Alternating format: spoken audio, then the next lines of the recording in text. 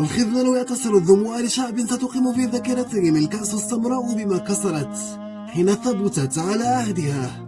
عهد الصاقة كلما اقتربت اقتربوا الخالف سابقيه حين استقرت حفافية حدود الخارطة الكروية قاريا على أرض ولي عبد الله، أملا في أن تسعف الأرض صاحبها، بل في أن ينحني تاج الماما أفريكا أمام أمة كروية عمرها 50 سنة غطاها شعار صائم الانتظار. ذاك الأخير ما لم تمنحه الأسود القادمة من ذكر لأخرى تنوي الزئير بين جبالها الأطلسية. رأس جاي وضعها بونو داخل قفازاته. عقب ذلك وصل الصباري بالكرة حيث أراد. إسماعيل أخلف موعد الوصول حيث أراد شعبا كاملا، مانحا المغرب جرعة عصرة غير مرغوبة. حسرة تلاشت خيوطها أمام خيوط عنكبوت يدعى بونو. أبقى المغرب محمية من الاهتزاز أمام اليماندياي. وصل المغرب حملة التقدم بخطوات ثابتة. انتظر الجميع أجرد نايف خاصم شباك مندي.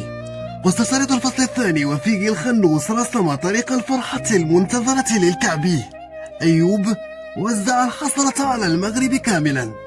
السنغال عاودت اللدغة في غفلة من الجميع إلا بونو. سور المغرب العديم وقف لمباي قائلا: أنا هنا. الإكسترا تايم أقرب للمباراة من أي وقت مضى. سقوط دياز المحرم بعثر أوراق اللعب. بين سافرة توسح الضوء الأخضر لفرحة مؤجلة اقتربت هنا، وتضارب في الرأي هناك. وسط خروج ونقيده وقف إبراهيم، ومعه اتخذت الملامح الأولية لشعب كامل. دياز وقف أمام المرمى، بل أمام تاريخ أنهكته الخيبة في حضرة كأس كلما اقتربت انقلبت سرابا. والسراب اليوم قذيفة جي. هذه المرة لم تدخل قفازات بونو بل شبكة. بياض النتيجة تلون سوادا عند المغاربة وهم من يعرفونه حق المعرفة. الفرصة التي جاءت خابت. ما بقي مرا أن الفشل لم يبتلع. تكرر مشهد السير على الطريق نفسه، وكأن الزمن تقدم خطوتين دون أن يبرح الألم الدائم مكانه.